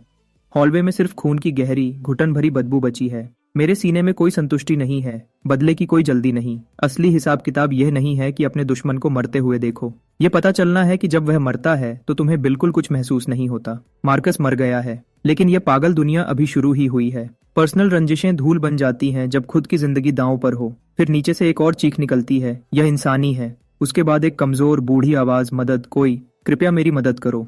वह आवाज, यह बूढ़ा वॉल्ट है। मेरी पिछली जिंदगी में जब मैं भूख से लगभग मर चुका था तो नीचे वाले बूढ़े वॉल्ट ने चुपके से मेरे दरवाजे की दरार से आधा स्टीम्ड बन सरका दिया था। मैं खिड़की की तरफ लपकता हूँ। एक और साइलेंसर ने नीचे फ्लावर बेड के पास बूढ़े वॉल्ट को घेर रखा है। एक ठंडी मेंटल ब्रॉडकास्ट हवा में भरने लगती है और इस पल मेरा खून पहले से भी ज्यादा गर्म हो जाता है। उसी पल मैं अपना फैसला करता हूँ। नोरा, यहाँ संभालो। तुम कुछ भी सुनो, वह दरवाजा मत खोलना। मैं हाई कॉन्सेंट्रेशन अल्कोहल की बोतल और विंडप्रूफ लाइटर पकड़ता हूँ जो मैंने टेबल पर अलग रखा था। दरवाजे को जोर से खोलता हूँ और सीढ़ियों की तरफ दौड़ता हूँ। साइलेंसर पर नीचे चिल्लाता हूँ जैसे ही वह अपने टेंड्रिल्स बूढ़े वॉल्ट की तरफ बढ़ाता है। हे, तुम नीचे वाले बेचेहरे चीज, क्या तुम पूछ रहे हो कि क्या तुम उस सूखे हुए बूढ़े आदमी को छोड़ना पसंद करोगे, इसके बदले में कि ऊपर से एक जवान और जिंदगी से भरा इंसान सीधा तुम्हारे पास चलकर आए? नीचे की हवा जम जाती है। साइलेंसर बीच हमले में रुक जाता है। वह बेचेहरा खाली जगह धीरे से ऊपर की तरफ झुकता है, अंधेरी सीढ़ियों से मुझ पर नजर गड़ाते हुए। लॉजिक फ्लिप फिर से काम करता है। एक मरते हुए बूढ़े आदमी के मुकाबले में मेरी जैसी नई जन्म ली हुई रूह एक ऑल यू कैन ईट दावत है। एक लालच भरी जमी हुई मेंटल ब्रॉडकास्ट मेरे दिमाग में उमड़ती है। हाँ, वह बूढ़े वॉल्ट को छोड़ देता है और चारों हाथों पैरों पर डरावनी रफ्तार से मेरी तरफ आता है। भागो, मेरी चिंता मत करो। बूढ़े वॉल्ट की टूटी हुई चीख नीचे से उठती है। मेरे मुंह का कोना कुछ जंगली सा मुड़ जाता है। इन नियमों से चलने वाली दुनिया में भागना सबसे बेकार चीज है जो तुम कर सकते हो। एकमात्र रास्ता हमला करना है। मैं 2 और 3 मंजिल के बीच की लैंडिंग पर खुद को जमा लेता हूँ। तंग, छोटी, एक परफेक्ट किल जोन। जैसे ही उसकी आकृति मोड़ से मेरी नजर में आती है, मैं जरा भी नहीं झिझकता। मैं खुली अल्कोहल की बोतल फेंकता हूँ सीधा उस खाली जगह के बीच में। फिर मैं विंड प्रूफ लाइटर को क्लिक करता हूँ। क्या तुम पूछ रहे हो कि क्या तुम अपने उस ठंडे शरीर को गर्म करने के लिए आग का ये जोशीला बैप्टिज्म कबूल करना चाहोगे? साइलेंसर अभी स्टिल पैशनेट और वार्म को प्रोसेस कर रहा है। उसकी इंस्टिंक्ट्स उसे ऐसी चीज को इनकार नहीं करने देंगी जो इतनी पॉजिटिव लगती है। नीली आग एक पल में तंग सीढ़ियों में फूट पड़ती है। अल्कोहल उसकी स्किन पर लग जाती है और जलते हुए सड़ांध की तरह चिपक जाती है। साइलेंसर एक कान फाड़ देने वाली चीख मारता है। ये आग नहीं है जो उसे खत्म करती है, ये लॉजिक कॉन्फ्लिक्ट है। वह इस हिंसा भरी शारीरिक पीड़ा को गर्मी के कॉन्सेप्ट से जोड़ नहीं पाता और उसका रूल कोर मेल्टडाउन में चला जाता है। वह दीवारों से टकराता है। काले टेंड्रिल्स पागलपन से झटक रहे हैं। सीढ़ियों की रेलिंग को टुकड़े टुकड़े कर देता है। मैं फिर बोलता हूँ, क्या तुम्हें दर्द हो रहा है? तो क्या तुम अभी सांस लेना बंद करना चाहोगे और उस दर्द को पूरी तरह गायब होने दोगे? यह एक परफेक्ट डेथ ट्रैप है। दर्द खत्म करने के लिए उसे सांस लेना बंद करने पर सहमत होना होगा। साइलेंसर आग में जोर से तड़पता है। यस शब्द अभी तक उसके दिमाग में पूरी तरह बना भी नहीं था। इससे पहले कि उसका शरीर एक फटी हुई बॉल की तरह पिचक जाता है, काले लिक्विड के एक पूल में गिर जाता है और आग में जलकर खत्म हो जाता है। मैं दीवार से लगकर हाँफता हूँ। दिल मेरी पसलियों से टकरा रहा है। एक बार फिर बूढ़ा वॉल्ट सीढ़ियों पर लड़खड़ाता हुआ आता है। अब भी कांप रहा है। उसके चेहरे पर आंसू बह रहे हैं। पहले ही घुटने टेकने लगा है। मैं उसे नीचे गिरने से पहले पकड़ लेता हूँ, लेकिन मेरी आंखें पहले ही उससे आगे बढ़ चुकी हैं, सीढ़ियों पर ऊपर और नीचे खुलते हुए दरवाजों की तरफ। शोर शराबे ने पूरी बिल्डिंग को जगा दिया। उन्होंने मुझे साइलेंसर को मरते हुए देखा। उन्होंने मुझे बूढ़े आदमी को बचाते हुए देखा। और उन आंखों में अब सिर्फ डर नहीं है, भूख है, क्योंकि वह जानते हैं कि मेरे पास ताकत है और मेरे पास सामान है। बूढ़े वॉल्ट, मैं अपनी आवाज ऊंची करता हूँ, सर्दियों की हवा की तरह ठंडी और तेज। पहले तुमने मुझे एक बार आधा बन दिया था। आज मैं तुम्हें तुम्हारी जिंदगी वापस देता हूँ। वह कर्ज अब खत्म हो गया। मैंने उसे छोड़ दिया और अपनी पीठ के पीछे से एक तेज चाकू निकाला। चाकू की धार आग की रोशनी में चमक उठी। मैं धीरे से गलियारे के बीच में गया। मेरी आंखें हर चेहरे पर घूम रही थी जो बाहर झांक रहे थे। पड़ोसियों, काफी देख लिया। मैं धीरे से गलियारे के बीच में गया। मेरी आंखें हर चेहरे पर घूम रही थी जो बाहर झांक रहे थे। पड़ोसियों, काफी देख लिया। पूरी तरह से खामोशी छा गई। किसी की हिम्मत नहीं हुई कि वह आवाज निकाले। मैं जानता हूं तुम क्या सोच रहे हो। तुम्हें वह चाहिए जो मेरे पास है। तुम चाहते हो कि मैं तुम्हें बचाऊं। मैं ठंडी हंसी हंसा। ठीक है। जैसे ही मैंने यह कहा, कई दरवाजे और खुल गए, लेकिन मेरी आवाज एकदम तेज और खतरनाक हो गई। तुम सबने देखा मार्कस के साथ क्या हुआ। तुमने देखा उन 2 साइलेंसर्स के साथ क्या हुआ। जो भी अगले 10 मिनट तक जिंदा रहना चाहता है, अपना हर सामान लेकर आओ। मेरे दरवाजे पर मिलो। बिल्कुल। मैंने चाकू को अपने हाथ में धीरे से घुमाया। तुम ना आने का फैसला भी कर सकते हो। उस हाल में मैं तुम्हारे दरवाजे पर एक सवाल लेकर आऊंगा। उस पल में मैं वह इंसान नहीं रहा जिसे मार्कस पहले धक्का देता था। मैं इस बिल्डिंग का जज हूँ। 10 मिनट बाद तीसरे फ्लोर का गलियारा भरा हुआ था। कोई यह जोखमी नहीं लेना चाहता था कि वह सवाल क्या होगा। 5वें फ्लोर का सबसे गुस्से वाला आदमी भी, जिसके पूरे शरीर पर टैटू थे, भीड़ में चुपचाप खड़ा था, इंस्टेंट नूडल्स का एक डिब्बा पकड़े हुए, अपनी गर्दन नीचे किए हुए। डर कंट्रोल करने का सबसे अच्छा तरीका है और नियम हमेशा पूरी ताकत पर ही बनते हैं। नोरा दरवाजा खोलती है और यह सब देखती है। उसका हाथ अपने मुंह पर चला जाता है। नोरा, एक नोटबुक लो। मैं पीछे नहीं मुड़ा, बस हुक्म दिया। आज से तुम सारे सामान का हिसाब रखोगी। सब कुछ एक बीच के स्टोर में जाएगा और बांटने का काम तुम्हारे काम के हिसाब से होगा। ओल्ड वॉल्ट, तुम जैसे लोग, तुम्हारा काम है इन पर नजर रखना। जो भी सामान छुपाएगा, जो भी मेरे पीछे कुछ करेगा, तुम मुझे तुरंत बताओगे। ओल्ड वॉल्ट सीधा खड़ा हो गया, जैसे उसे कुछ मिल गया हो जो उसने कई सालों पहले खो दिया था। ठीक है एड्रियन, मेरा वादा है। देखते हैं कौन कोशिश करता है। भीड़ में किसी ने अपने होंठ हिलाए, लग रहा था जैसे वह कुछ बोलना चाहता हो। मेरी एक नजर पड़ते ही उसने तुरंत अपना सर नीचे कर लिया। मैं बेकार लोगों को नहीं रखता, मैं अंदर से आने वाली धमकियों को बर्दाश्त नहीं करता। मैंने इस भीड़ को देखा और अपने नए नियम का पहला पक्का कानून बताया। इस जगह पर मेरे सवाल ही का कानून है। तुम्हें सिर्फ एक शब्द में जवाब देना है, हाँ। अब मुझे बताओ, क्या तुम जिंदा रहने के लिए तैयार हो, अपनी वफादारी और अपनी जिंदगी मेरे हुक्म के नीचे रखने के लिए? कई आवाजें उस पतले गलियारे में भर गई, टूटी फूटी, अलग अलग, लेकिन सब एक साथ मायूसी की गहराइयों से उठकर बोली, हाँ। उस पल से एक आम जिंदा बचे हुए इंसान की पहचान खत्म हो गई। उसकी जगह कुछ नया आ गया, इस बिल्डिंग का पूरा हुक्मरान। अगले एक हफ्ते तक मैंने उन्हें सीढ़ियों को मजबूत करने में मदद की, नीचे के फ्लोर्स की हर खिड़की को बंद कर दिया और इस पुरानी रहने वाली बिल्डिंग को एक लोहे के कैले में बदल दिया। मैंने उन्हें सिखाया कि कैसे दिमाग लगाकर साइलेंसर के मौत वाले सवालों से बचा जा सकता है। मैंने उन्हें सिखाया कि कैसे सवाल पूछकर चीजें हासिल की जा सकती हैं। ग्रुप बड़ा होता गया, लोग एक साथ रहने लगे। जब कंपाउंड को अपनी ताल मिल गई तो मैं नाम के अलावा सब कुछ का अकेला हुक्मरान बन गया। नोरा मेरी सबसे बड़ी अफसर है, वह सामान का हिसाब और बांटने का काम देखती है। ओल्ड वॉल्ट मेरी आंखें और कान है, रोज गलियारों में घूमता रहता है, हर शिकायत और हर शक वाले काम को पकड़ता है। लेकिन जितने ज्यादा लोग इकट्ठे होते हैं उतना ही सब कुछ मुश्किल हो जाता है। हमेशा कोई ना कोई होता है जिसे लगता है कि उसने नियम तोड़ दिए हैं और वह यह मेरे खर्चे पर साबित करना चाहता है। आज का चुनौती देने वाला आगे आता है, एक नरम बोलने वाला आदमी, चश्मा पहने हुए। उसका नाम लियोन है।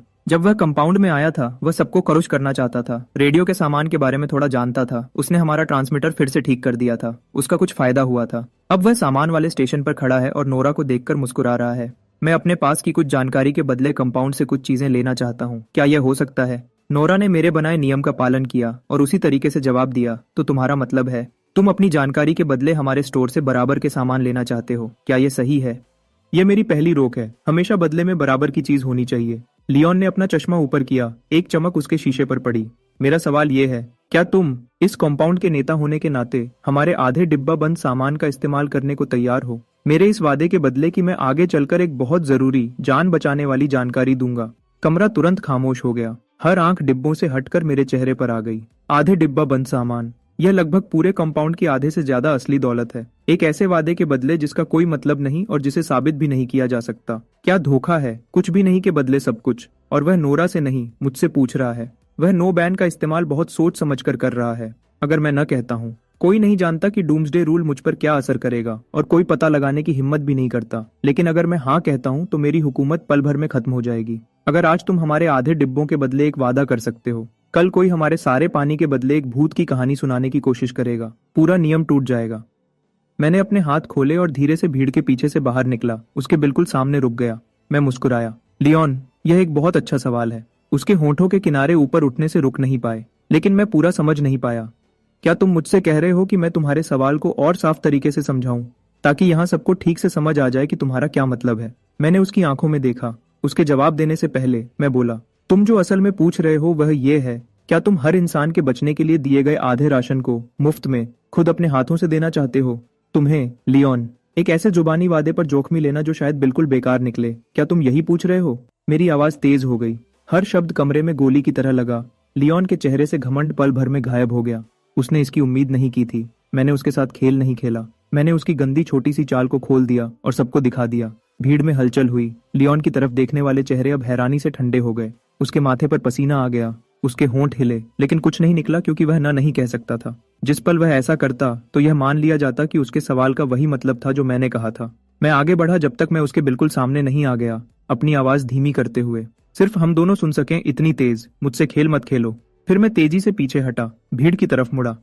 या शायद लियोन, तुम असल में यहाँ सबसे एक अलग सवाल पूछना चाहते हो? मेरी आंखें हर चेहरे पर घूमी। क्या तुम असल में यहाँ मौजूद हर किसी से नहीं पूछ रहे हो? क्या तुम ऐसे इंसान पर भरोसा करने को तैयार हो जो इस कयामत के बीच में कुछ भी देने के बारे में नहीं सोच रहा, बल्कि कंपाउंड को छेदों से खाली करने की कोशिश कर रहा है और यहाँ सबको बेवकूफ समझ रहा है? भीड़ में शोर मच गया। नहीं, उसका यह मतलब था। कसम से मुझे पता था कुछ गड़बड़ है। एक वादा हमारे आधे डिब्बों के बदले वह हम सबसे मुफ्त में काम करवाना चाहता है। लियोन का चेहरा लोहे जैसा भूरा हो गया। वह मेरी कही एक भी बात से इनकार नहीं कर सकता था, क्योंकि डूम्सडे रूल की जंजीर उसके गले में कसकर बंधी हुई थी। उसकी खामोशी का हर एक सेकंड एक इकरार था। मैंने खामोशी के लिए हाथ उठाया। लियोन, मैं तुम्हें एक आखिरी मौका दे रहा हूं एक सवाल पूछने का। मैंने अपनी आंखें उसकी आंखों पर टिकाई, देखा वह कैसे नजरें चुराने की कोशिश कर रहा था और धीरे से साफ साफ बोला, क्या तुम असल में सबसे आखिर में यही नहीं पूछना चाहते? सब लोग, मैं, लियोन, एक पल के लिए अपना दिमाग खो बैठा था और सबको नुकसान पहुंचाने और अपने फायदे के लिए एक दिमागी जाल बिछाने की कोशिश की। मुझे सजा मिलनी चाहिए। क्या तुम मुझे हमेशा के लिए इस कॉम्पाउंड से बाहर निकालने को तैयार हो? गलियारा पूरी तरह से खामोश हो गया। लियोन कांप रहा था। सब उसे देख रहे थे, उसका सवाल पूछने का इंतजार कर रहे थे, या ज्यादा सही कहूं तो मेरे उसके लिए सवाल पूछने का इंतजार कर रहे थे। वह नहीं कहेगा तो मैं कहूंगा। मैं भीड़ की तरफ मुड़ा और अपनी आवाज ऊंची की। क्या तुम सब ऐसे इंसान को निकालने को तैयार हो जिसने हमें बांटने की कोशिश की, और ये पक्का करने को कि उसे दूसरा या तीसरा मौका न मिले हमें तबाही में घसीटने का? हाँ, उसे बाहर निकालो। इस बार जवाब एक आवाज में था, इतना तेज कि कान फट रहे थे। नो बैन के तहत यह कंपाउंड का पहला एक जैसा वोट बन गया। लियोन जमीन पर गिर गया, उसका चेहरा राख जैसा हो गया था। मैंने उसकी तरफ नीचे देखा, मेरे दिल में कुछ भी नहीं हिला। तुमने उनकी बात सुनी। मैं मुड़ा और पीछे नहीं देखा। नोरा, उसे एक पानी की बोतल और एक पैकेट क्रैकर्स दो और फिर उसे बाहर छोड़ाओ। इस पल में पूरी हुकूमत पूरी तरह से पक्की हो गई। तभी कोने में रखा रेडियो, वही जिसे लियोन ने ठीक किया था, अचानक तेज स्टैटिक की आवाज के साथ बजने लगा और एक आदमी की आवाज आई, गहरी और गूंजती हुई। शहर के जिंदा बचे हुए लोगों, हेलो, क्या तुम अपनी बेकार की लड़ाई छोड़ने को तैयार हो और हमारे अलायंस फॉर ह्यूमन सर्वाइवल में शामिल होने को तैयार हो? आवाज ऐसे लग रही थी जैसे वह किसी गहरी खाई से आ रही हो, कमजोर सिग्नल से गुजरते हुए सीधे कमरे में मौजूद हर कान तक पहुंच रही थी। अपना सारा सामान दे दो, अपनी बेकार की निजी जगहों को छोड़ दो और एक अच्छी, एक जैसी देखभाल के नीचे आ जाओ। क्या तुम तैयार हो? ब्रॉडकास्ट पर मौजूद आदमी चिल्ला नहीं रहा था, धमका नहीं रहा था। उसकी आवाज मौसम की खबर की तरह शांत थी, और वही शांति थी जिसने एक ठंडक भेज दी तुम्हारे पैरों के तलवों से सीधे तुम्हारे सर तक। यह एक खुला खेल था, दिन के उजाले में बिछाया गया एक बहुत बड़ा जाल जिसे तुम मना नहीं कर सकते थे। डर गलियारे में एक अदृश्य लहर की तरह फैल गया। ओल्ड वॉल्ट के होंठ कांप रहे थे। उसने मेरी तरफ देखा, उसकी आंखों में डर भरा था। नोरा ने बिना सोचे समझे छोटे पीठ को अपने पीछे खींच लिया। उसका चेहरा पूरी तरह से सफेद पड़ गया था। कमरे में हर आंख मुझ पर ऐसे टिक गई जैसे मैं स्पॉटलाइट में हूँ। उनकी आंखों में मैं वह था जो नियम से लड़ सकता है, एक भगवान। लेकिन मैं सच जानता हूँ, मैं भगवान नहीं हूँ। मैं बस एक आम इंसान हूँ जो सबसे एक बार ज्यादा मर चुका है। इस ब्रॉडकास्ट पर मौजूद आदमी मार्कस या लियोन जैसा बिल्कुल नहीं है। छोटे फायदा उठाने वाले जो सिर्फ लेना जानते थे। वह सिर्फ डूम्सडे रूल को समझता ही नहीं है, उसने इसे अपनी पूरी ताकत तक बढ़ाने का तरीका ढूंढ लिया है। बड़े पैमाने पर ब्रॉडकास्ट। उसे एक भी दरवाजे पर दस्तक देने की जरूरत नहीं। वह एक जगह बैठकर पूरे शहर से बात करता है, अपनी मर्जी अपने सिग्नल की पहुंच में हर इंसान पर थोपता है। इसका बोझ मेरे सीने पर एक पत्थर की तरह दब रहा था। मैंने कमरे में उन सब डरे हुए चेहरों को देखा। नोरा की गोद में छोटे पीठ की बड़ी न समझने वाली आंखों को देखा। नहीं, मैं नरक से वापस आया हूँ, दोबारा किसी अलग जगह, अलग तरीके से मरने के लिए नहीं। मैंने एक लंबी गहरी सांस ली और गुस्से और दबाव की हर उठती लहर को नीचे दबाया। मैंने उन सबको देखा और धीरे से बोला, मैं हमेशा एक पहाड़ था, कभी नदी नहीं। खाली नजरें। कोई नहीं समझा। मैं मुस्कुराया, एक ऐसी मुस्कुराहट जिसमें कोई गर्मी नहीं थी, सिर्फ ठंडी तीखी धार थी। एक नदी एक बड़ी नदी में समा जाती है, लेकिन एक पहाड़ बस खड़ा रहता है। मैं खड़खड़ाते रेडियो की तरफ गया और हाथ बढ़ाया। कमरे में हर हैरान चेहरे के सामने मैंने धीरे से एंटेना को मोड़ा जब तक वह टूट नहीं गया। एक साफ तेज आवाज आई और ब्रॉडकास्ट बंद हो गया। पूरी दुनिया पल भर में शांत हो गई। मैं हैरान भीड़ की तरफ मुड़ा। उसने हमसे पूछा कि क्या हम तैयार हैं, लेकिन वह भूल गया, हमें भी सवाल पूछने का हक है। यहाँ रहने का मतलब है वह हक किसी और को दे देना। हम कटने वाले बकरे बन जाएंगे। क्या तुम यही चाहते हो? कोई नहीं बोला, लेकिन उनकी बंद मुट्ठियां और लाल आंखों ने मुझे जवाब दे दिया था। मैं उस दीवार की तरफ गया जहां हमने एक शहर का नक्शा लगाया था जो हमें सामान लाते वक्त मिला था। मेरी उंगली नक्शे के बीच में पड़ी, ब्रॉडकास्ट टावर की निशानजद जगह पर। उसका हमें ढूंढने का इंतजार करने के बजाय हम उसे पहले ढूंढेंगे। मैं नोरा की तरफ मुड़ा और हुक्म दिया। वह तुरंत सीधी खड़ी हो गई। हमारे सब हथियारों और चलने वाली गाड़ियों का हिसाब लो। 3 सबसे ताकतवर और तेज लोगों को चुनो, एक हमला करने वाली टीम बनाओ। हाँ, ओल्ड वॉल्ट, तुम और बाकी सब इस बिल्डिंग को आखिरी बार मजबूत करना शुरू करो। अभी, इस पल से यह जगह हमारा किला और हमारा आखिरी सहारा है। मैं रुका, मेरी आंखें कमरे में हर इंसान पर घूमी। याद रखो, हम हार नहीं मानेंगे, हम बात नहीं करेंगे। मेरी आवाज धीमी हो गई, उसमें आखिरी बात का बोझ था। मैं उसे बताऊंगा कि इस शहर के 2 हुक्मरान हैं, या फिर बहुत जल्द सिर्फ एक ही होगा। एक बदली हुई एसयूवी चला रहा था जिसके सामने लोहे की मजबूत चादर लगी हुई थी। मरे हुए शहर में एक चुपचाप शिकारी की तरह चल रहा था। अंदर कोई नहीं बोला, सिर्फ इंजन की गहरी आवाज और पहिए के नीचे कंकड़ की आवाज थी। नोरा ने जिन 3 लोगों को चुना था, रेक्स जो पहले फौज में था और गाड़ी चला रहा था, और जुड़वा भाई ब्रूनो और प्रीमो जो पहले जिम ट्रेनर थे, दीवारों जैसे मजबूत थे। हर एक ने आग बुझाने वाली कुल्हाड़ी पकड़ी हुई थी। हम अपनी जगह पर जल्दी पहुंच गए। उनका कंपाउंड मेरी उम्मीद से ज्यादा मजबूत था। रेक्स ने गाड़ी को पहले चेक पॉइंट से 50 मीटर पहले रोका। हम क्या करें? वह हथियार बंद हैं। उसकी आवाज में डर था। मैंने दरवाजा धक्का देकर खोला और अकेला बाहर निकला। चेक पॉइंट के पीछे कम से कम 5 या 6 बंदूकें सीधे मेरी तरफ थी। सामने वाला आदमी दूर से चिल्लाया, क्या तुम अभी पलट कर जाने को तैयार हो? एक अच्छी शुरुआत थी। मैं हाँ भी नहीं कह सकता था और न भी नहीं कह सकता था, क्योंकि अगर मैं न कहता हूँ डूम्सडे रूल के सीधे नियम के हिसाब से मैं ये कह रहा हूँ कि मैं नहीं जाऊंगा, जिसका मतलब है मैं खुद को उनके हवाले कर रहा हूँ। लेकिन मैं मुस्कुराया। मैंने अपने पैर जमाए और साफ आवाज में वापस बोला, मैं तुम्हारे नेता के लिए आया हूँ। मुझे बताओ, क्या तुम पूछ रहे हो कि मैं अपनी सारी हिफाजत नीचे कर दूं, तुम्हारे बेस में अकेला चला जाऊं और तुम्हारे सवालों का जवाब दूं? मैंने एक संभावित दुश्मनी वाले काम को एक ऐसे सवाल में बदल दिया जो वह मुझसे पूछ रहे थे। गार्ड साफ तौर पर रुक गया। उसने इस जवाब की उम्मीद नहीं की थी। हवा कुछ सेकंड के लिए जम सी गई।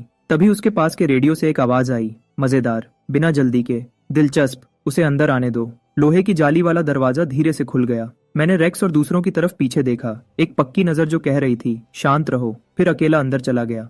मुझे ब्रॉडकास्ट टावर के अंदर ले जाया गया, जिसे एक बड़े रहने की जगह में बदल दिया गया था। हर तरफ लोग चल रहे थे, फिर भी अजीब सी खामोशी थी। हर चेहरा खाली था। एक ऐसा नियम जो तुम्हारे अंदर तक ठंडक भेज दे। सबसे ऊपर वाले फ्लोर पर मैं ब्रॉडकास्ट हॉल में मैं आखिरकार उनके नेता से मिला। वह 40 साल के बीच का लग रहा था। सुनहरी चश्मा, एक साफ सफेद शर्ट पहने हुए।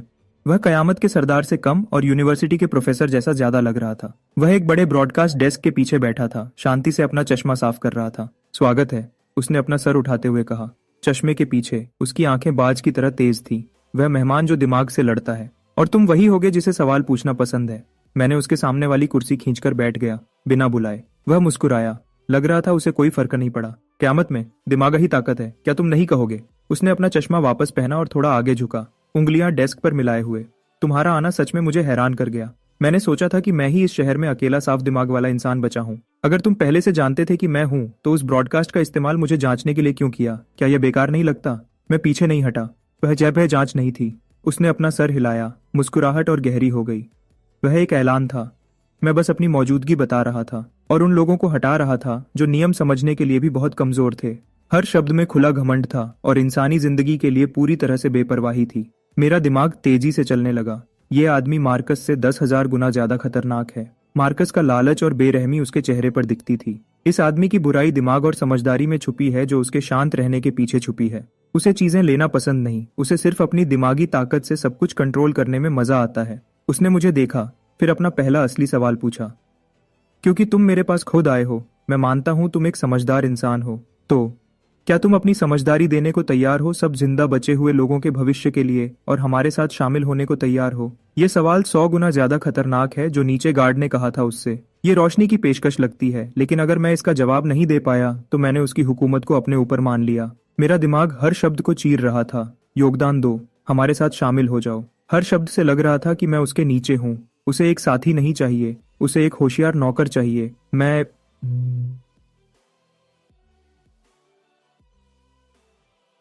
उसकी आंखों में देखा और मुस्कुराया। प्रोफेसर, यह एक दिलचस्प सवाल है, लेकिन जवाब देने से पहले क्या मैं ये पक्का कर सकता हूँ कि तुम असल में क्या पूछ रहे हो? क्या तुम पूछ रहे हो कि मैं तुम्हारी टीम के साथ बराबरी से काम करने को तैयार हूँ और मिलकर एक प्लान बनाऊं जो हर इंसान के बुनियादी हकों की हिफाजत करे, न कि सिर्फ तुम्हें अकेला अपनी वफादारी दूं? मैंने योगदान दो की जगह बराबरी से काम करो कर दिया और हमारे साथ शामिल हो जाओ की जगह मिलकर बनाओ कर दिया। पहली बार प्रोफेसर की मुस्कुराहट रुक गई। वह पूरे 10 सेकंड तक मुझे खामोशी से घूरता रहा। उसकी आंखों में मौजूद मजा धीरे धीरे बदल गया एक ऐसे इंसान की थकान में जिसे आखिरकार अपना टक्कर का मिल गया हो। तुम मेरी उम्मीद से ज्यादा तेज हो। वह बिना किसी चेतावनी के पलट गया।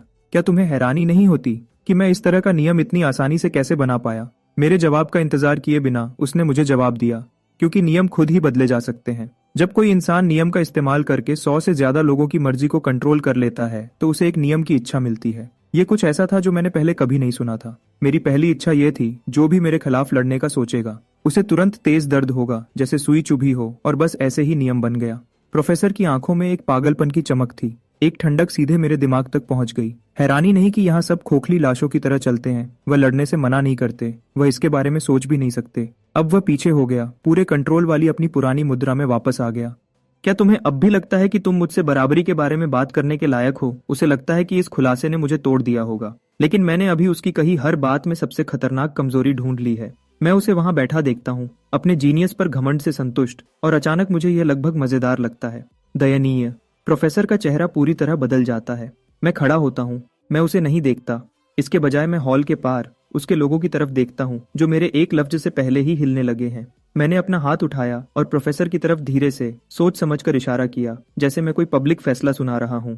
मेरी आवाज तेज नहीं है, लेकिन वह हर सीने में बिजली की गरज की तरह लगती है। प्रोफेसर, क्या तुम असल में अपने फॉलोअर्स से यही नहीं पूछना चाहते हो? क्या तुम तैयार हो एक आदमी की लालच के लिए, मासूम सर्वाइवर्स पर हमला करने और साइलेंसर्स जितने ही इंसानहीन बनने के लिए? मेरा सवाल हॉल में ऐसे गिरता है जैसे शांत पानी में बॉम्ब। पूरा कमरा उसके असर से गूंज उठता है। हर आंख प्रोफेसर पर टिक जाती है। उन चेहरों की खाली बेजानपन गायब हो गया है। उसकी जगह डर, शक और गुस्से की हल्की, लंबे समय से दबी हुई चमक ने ले ली है। मॉन्स्टर बनो, मासूम सर्वाइवर्स पर हमला करो। यह शब्द उनमें से हर एक के अंदर बची आखिरी इंसानी फितरत को छूते हैं। प्रोफेसर का चेहरा लोहे जैसा भूरा से सफेद हो जाता है। वह खुद को अपनी कुर्सी से धकेल कर उठाता है। उसका कीमती एडिक्ट, वह नियम जिस पर उसे इतना गर्व था, लगता है काम करना बंद कर दिया है। क्योंकि मेरे सवाल को यस या नो की जरूरत नहीं है। मैंने बस उनकी तरफ से पूछा, वह सवाल जो उनके दिलों की गहराइयों में दफन था। वह हार गया। जिस पल मैंने वह सवाल पूछा, तभी सब खत्म हो गया था। बिल्कुल बकवास। प्रोफेसर आखिर में टूट जाता है। उसकी आवाज तेज और टूटी हुई निकलती है। वह त्याग से एक कांपती हुई उंगली मेरी तरफ उठाता है। तुम उनके दिमाग को घुमा रहे हो। क्या तुम असल में सबसे नहीं पूछ रहे हो? क्या तुम एक बाहर वाले पर भरोसा करने को तैयार हो और उन्हें वह स्थिरता बर्बाद करने दो जिसे हमने इतनी मेहनत से बनाया है? उसकी आखिरी काउंटर मूव, बाहर वाले की अस्थिरता का इस्तेमाल करके मेरे और बाकी सबके बीच फूट डालने की कोशिश। एक बार फिर बहुत देर हो चुकी है। मैं उसके सवाल को बिल्कुल नहीं मानता। मैं कमरे की तरफ शांत और सोच समझकर लफ्ज बलफ्ज देखता हूँ। मैं यहाँ किसी और के एम्पायर में समा जाने के लिए नहीं हूँ। मैं यहाँ हर संघर्ष करती नदी को एक दिशा देने के लिए हूँ, एक ऐसी दिशा जो किसी बड़ी चीज की तरफ ले जाती है। मैं रुकता हूँ, उन लड़खड़ाते चेहरों पर नजर डालते हुए।